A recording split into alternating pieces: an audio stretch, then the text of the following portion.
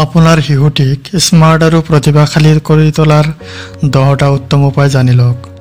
এই 10টা উপায় আপোনাৰ শিশুৱে স্মাৰ্ট হ'ব। ঘৰুৱা পৰিৱেশে আপোনাৰ শিশুটিক অধ্যয়নত মনোনিৱেশ কৰাত সহায় কৰে। শিশুক প্ৰতিভাৱান শিক্ষাৰ্থী হিচাপে গঢ়ি তোলাৰ ক্ষেত্ৰত ঘৰতে পঢ়াৰ স্থান অতি গুৰুত্বপূৰ্ণ। শিশুৰ বৌদ্ধিক বিকাশত আন কিছুমান কাৰকে বিশেষ প্ৰভাৱ পেলায়। আপোনাৰ শিশুটিক ৰিডাৰ্ছ ডাইজেষ্টত পাৰদৰ্শিতা দেখুৱাবলৈ সহায় কৰাৰ 10টা উপায় আগবঢ়োৱা হ'ল। তেন্তে জানো হওক সেই 10টা উপায় কি কি। 1 নম্বৰ, শিকোৱাৰ ৰুটিন। আপোনাৰ শিশুটিক পৰিকল্পনা কৰিবলৈ শিকাওক। সময়মতে কামবোৰ কৰাৰ বাবে এটা ৰুটিন তৈয়াৰ কৰক আৰু সেইবোৰৰ আঁঠু ল'বলৈ শিকক। বিশেষকৈ ৰাতিপুৱা সাৰ পোৱাৰ অভ্যাস কৰি তোলাটো অতি প্ৰয়োজনীয়।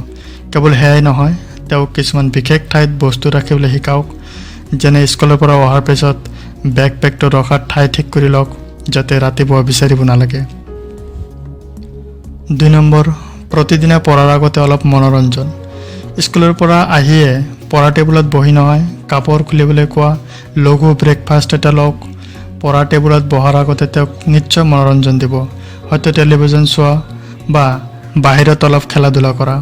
3 নম্বৰ, কৰিবলগীয়া কামৰ তালিকা এখন বনাওক। শিশুৰ কোঠাত পঢ়া টেবুলৰ সন্মুখত এখন বগা ফলক ৰাখক, যাতে বিশেষ পৰিঘটনাবোৰ মনত পৰে, বা আৰ্ট পেপাৰত ছবি আঁকি সৰু কেলেণ্ডাৰ বনাব পাৰে। তেওঁৰ খেলাৰ দিন, বন্ধুৰ জন্মদিনৰ কথা তাতেই উল্লেখ থাকিব। তাই শিকিব আপুনি তাৰ প্ৰতি কিমান গুৰুত্ব দিয়ে। 4 নম্বৰ, পঢ়া টেবুলখন পৰিপাটি আৰু নিস্তব্ধ কৰি ৰাখক। বিশেষজ্ঞসকলে কয় যে পৃথক পঢ়া টেবুল, ডাইনিং টেবুল, পাকঘৰৰ কাউণ্টাৰ আৰু ঘৰত যদি সৰু কামৰ ঠাই থাকে, তেন্তে তাত শিশুসকলেও পঢ়িব পাৰে। ইয়াৰ বাবে আপুনি নিশ্চিত হ'ব লাগিব যে শিশুসকলৰ পঠন সামগ্ৰী হাতৰ ওচৰত, পৰিৱেশ শান্ত আৰু সংগঠিত। ই তেওঁৰ পঢ়া শুনাৰ পৰা বিচলিত নকৰে। 5 নম্বৰ, মাজে মাজে বিৰতি লওক। ল'ৰা ছোৱালীক সকলো সময়তে পঢ়িবলৈ নক'ব। লঘু বিৰতিৰ বাবে বন্ধু বান্ধৱীৰ লগত ফোনত কথা পাতিবলৈ দিয়ক, তেওঁক খেল খেলিবলৈ দিয়ক।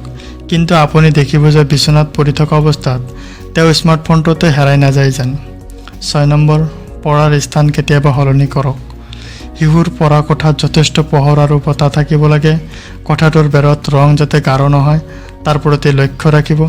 ই শিশুৰ সৃষ্টিশীলতাক ধ্বংস কৰে। পঢ়া কোঠাৰ বেৰবোৰ সদায় পোহৰত ছাট ৰাখিব লাগে। 7 নম্বৰ, অপ্ৰয়োজনীয় বস্তু আঁতৰাই ৰাখক। কেতিয়াবা অপ্ৰয়োজনীয় বস্তু পঢ়া টেবুলত নাৰাখিব। যদি কিবা এটা ঠাইৰ বাহিৰত দেখা যায়, হয়তো কিতাপৰ থোপা এটা ডাঙৰ ফটো ফ্ৰেমেৰে ঢাকি থওক। শিশুটিক এটা ফাইল অৰ্গেনাইজাৰ কিনি দিয়ক। পাত্ৰ দিব পাৰে। পাত্ৰবোৰত কাগজেৰে টেগ কৰিব। কাগজত লিখাৰ পৰা শিশুৱে জানিব পাৰে তাত কি আছে। 8 নম্বৰ, কোঠাৰত যথেষ্ট পোহৰ ৰাখক। শিশুৱে প্ৰায় স্কুলৰ ঘৰুৱা কামৰ বাবে গ্ৰাফ পেপাৰ ব্যৱহাৰ কৰিবলগীয়া হয়। ডায়েগ্ৰাম অংকনকে ধৰি বহুতো মিহি কাম কৰিবলগীয়া দিয়া হয়। এই কামত উজ্জ্বল পোহৰৰ প্ৰয়োজন, গতিকে শিশুৰ কোঠাত যথেষ্ট পোহৰ ৰাখক। 9 নম্বৰ, পঢ়া কোঠাটো আৰামদায়ক কৰি লওক আৰু কিতাপৰ আলমাৰি ৰাখক। পঢ়া কক্ষত যথেষ্ট মুক্ত ঠাই ৰাখক। শিশুৰ প্ৰিয় খেলনা থাকিব লাগিব। আপোনাৰ সন্তানে কেৱল কিতাপ পঢ়িবনে? শিশুৱে বিৰক্তিৰ বাবে অধ্যয়নত মনোনিৱেশ কৰিব নোৱাৰে, গতিকে ঘৰতে এখন কিতাপৰ আলমাৰি ৰাখক। তাত মজাৰ আৰু ৰঙীন গল্পৰ কিতাপ ৰাখক। 10 নম্বৰ, অভিভাৱক হিচাপে নিজৰ দায়িত্ব বুজি লওক। আপোনাৰ সন্তানৰ ঘৰত আপুনি কৰিব পৰা যিকোনো নতুন পৰিৱৰ্তনৰ বিষয়ে চিন্তা কৰক। শিশুৱে স্কুলৰ শিক্ষকৰ সৈতে সঠিকভাৱে যোগাযোগ কৰি আছে নে নাই, ঘৰুৱা কামত সহায়ক হোৱা ৱেবছাইটৰ সৈতে খবৰ ৰাখক। ই ছফ্টৱেৰৰ প্ৰয়োজন আৰু শিশুটি ক'ত পিছ পৰি আছে এইবোৰ লক্ষ্য ৰাখক।